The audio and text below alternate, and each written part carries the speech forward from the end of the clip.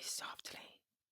There's a strange kind of vulnerability in being truly seen, not in the way that we present ourselves to the world, not in the stories that we rehearse for other people, but in that deep, quiet way where someone else or maybe something else sees you before you even see yourself. Some songs do just that. Slip into those spaces that we don't talk about, the ones that we keep hidden. And before we even realize it, they've unraveled us, well, at least something in us. Today's story is about one of those songs, Killing Me Softly with His Song, Roberta Flack. Yeah, that is a song about being seen, being understood, and sometimes completely undone. The first time that I really, really heard Killing Me Softly, I wasn't listening to it, it was just listening to me, I guess. I was sitting alone, having coffee, just staring at my phone like it might give me some answers that I needed about being heartbroken. That kind of heartbreak that doesn't leave you just crying, it leaves you quiet and heavy. Then you hear the lyrics, strumming my pain with his fingers, singing my life with his words. My hands, my breath, everything just froze. Everything just stopped because suddenly I wasn't sitting in a coffee shop anymore. I was seen. I've been found. Have you ever had a song do that to you? Where it doesn't just play, it reads you. It pulls apart the things you weren't ready to face, and yet somehow you don't want it to stop. And that's because suddenly you're not carrying that pain alone. You're relating to somebody else who has carried that same pain, just like you are. This song just about someone listening to music.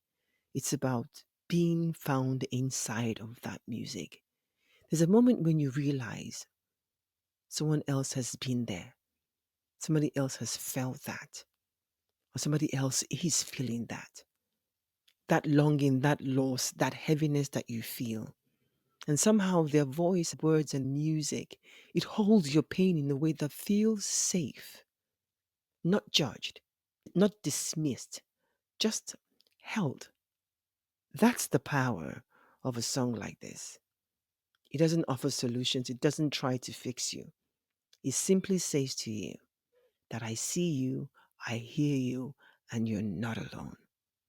Over the years, I have listened to this song in so many different scenarios: happy, sad, rejected, excited, so many phases.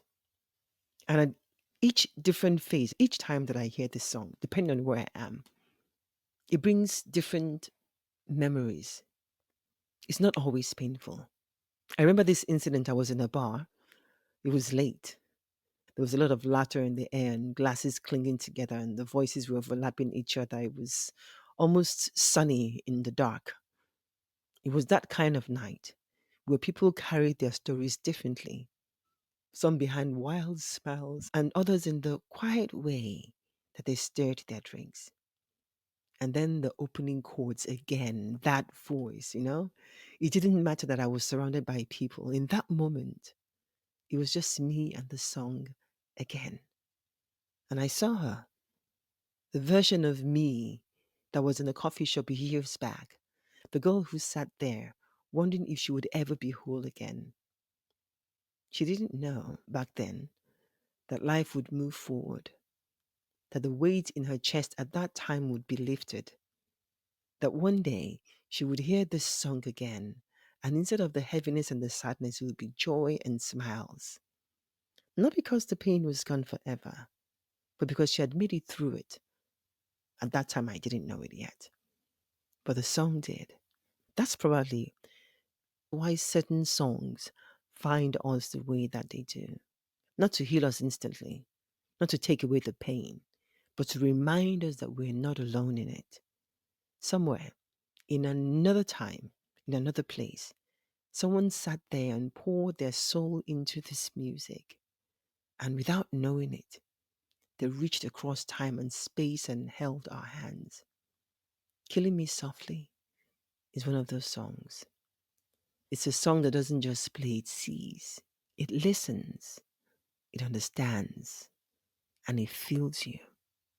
We all have different songs that do this to us. The one that holds a moment of our lives inside of it.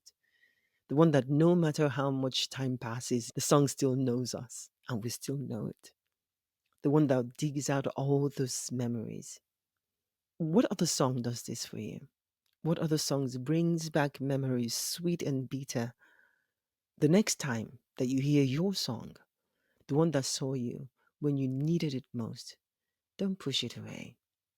Sit with it, listen to it, and know that even in those moments, you're never truly alone.